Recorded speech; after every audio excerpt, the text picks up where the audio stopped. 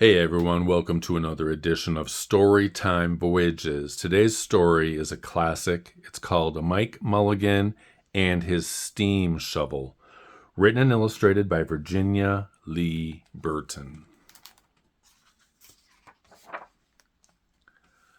Mike Mulligan had a steam shovel, a beautiful red steam shovel. Her name was Mary Ann. Mike Mulligan was very proud of Mary Ann. He always said that she could dig as much in a day as 100 men could dig in a week, but he had never been quite sure that this was true. Mike Mulligan and Mary Ann had been digging together for years and years. Mike Mulligan took such good care of Mary Ann that she never grew old. It was Mike Mulligan and Mary Ann and some others who dug the great canals for the big boats to sail through. It was Mike Mulligan and Mary Ann and some others who cut through the high mountains so that the trains could go through. It was Mike Mulligan and Mary Ann and some others who lowered the hills and straightened the curbs to make the long highways for the automobiles. It was Mike Mulligan and Mary Ann and some others who smoothed out the ground and filled in the holes to make the landing fields for the airplanes.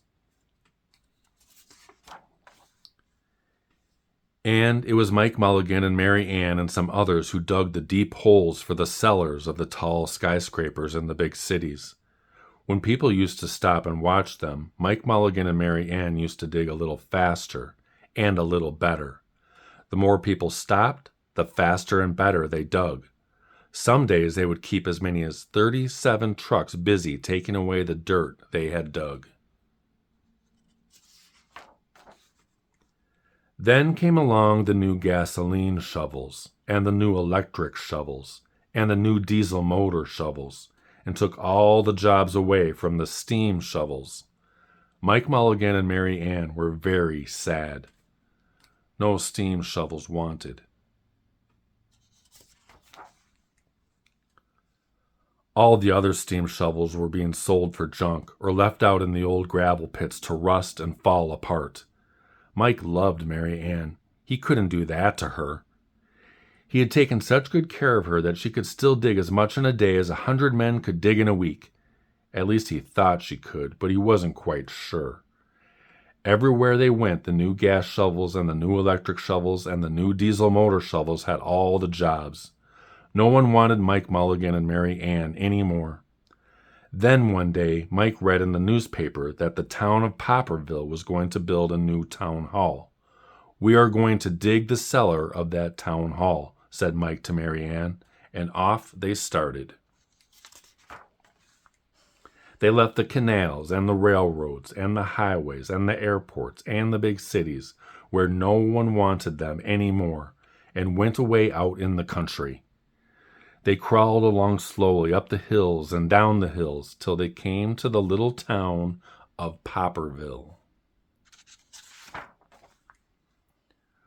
When they got there, they found that the selectmen were just deciding who should dig the cellar for the new town hall. Mike Mulligan spoke to Henry B. Swap, one of the selectmen. "I heard," he said, "that you're going to build a new town hall. Mary Ann and I will dig the cellar for you in just one day." "What?" said Henry B. Swap. "Dig a cellar in a day? It would take 100 men at least a week to dig the cellar for our new town hall." "Sure," said Mike, "but Mary Ann can dig as much in a day as 100 men can dig in a week," though he had never been quite sure that this was true. Then he added, "If we can't do it, you won't have to pay." Henry B. Swap thought that this would be an easy way to get part of the cellar dug for nothing, so he smiled in a rather mean way and gave the job of digging the cellar of the new town hall to Mike Mulligan and Mary Ann.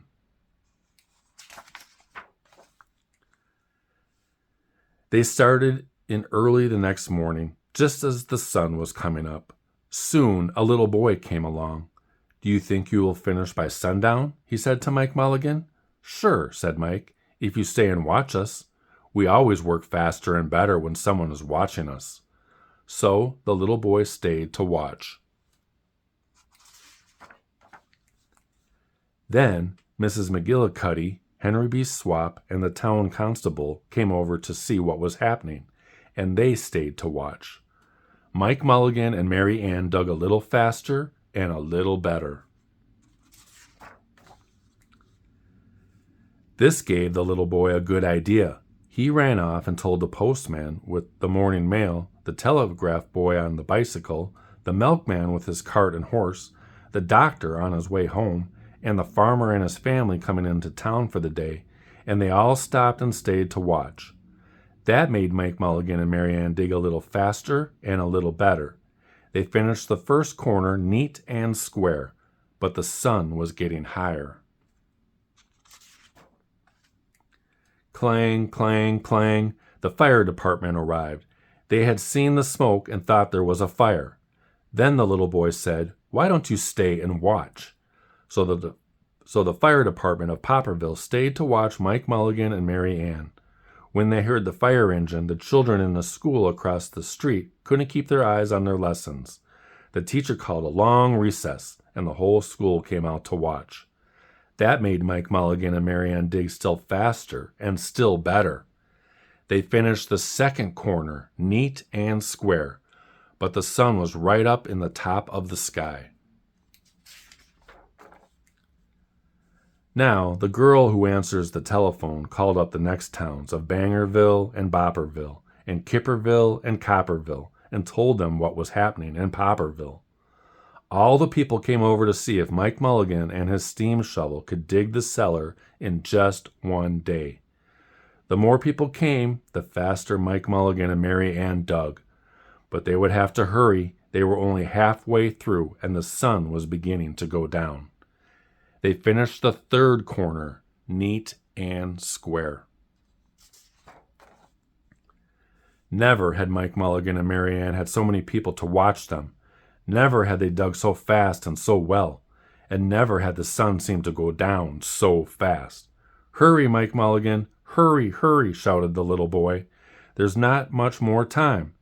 Dirt was flying everywhere, and the smoke and the steam were so thick that the people could hardly see anything. But listen, bang, bang, crash, slam, louder and louder, faster and faster. Then suddenly it was quiet. Slowly the dirt settled down.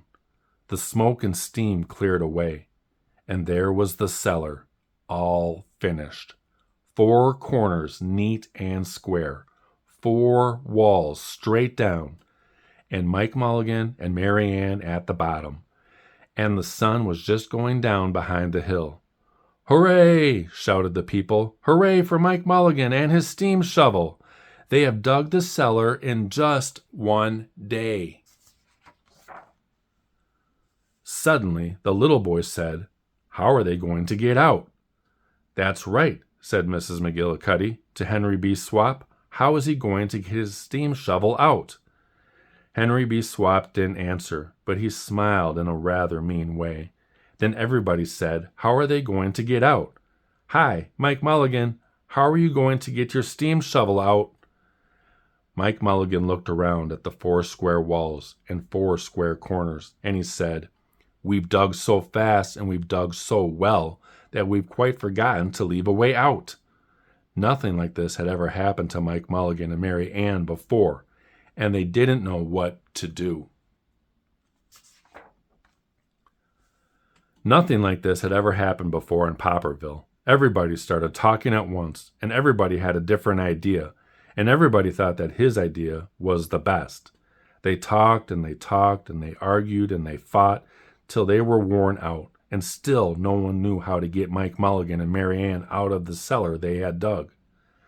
Then Henry B. Swap said, "The job isn't finished because Mary Ann isn't out of the cellar, so Mike Mulligan won't get paid." And he smiled again in a rather mean way. Now the little boy, who had been keeping very quiet, had another good idea. He said, "Why couldn't we leave Mary Ann in the cellar and build a town hall above her? Let her be the furnace for the new town hall, and let Mike Mulligan be the janitor. Then you wouldn't have to buy a new furnace, and we could pay Mike Mulligan for digging the cellar in just one day." "Why not?" said Henry B. Swap, and smiled in a way that was not quite so mean. "Why not?" said Mrs. McGillicuddy. "Why not?" said the town constable. "Why not?" said all the people. So they found a ladder and climbed down into the cellar to ask Mike Mulligan and Mary Ann. "Why not?" said Mike Mulligan. So it was decided, and everybody was happy. They built the new town hall right over Mike Mulligan and Mary Ann. It was finished before winter. Every day the little boy goes over to see Mike Mulligan and Mary Ann, and Mrs. McGillicuddy takes him nice hot apple pies. As for Henry B. Swap, he spends most of his time in the cellar of the new town hall listening to the stories that Mike Mulligan has to tell, and smiling in a way that isn't mean at all. Now, when you go to Popperville, be sure to go down in the cellar of the new town hall.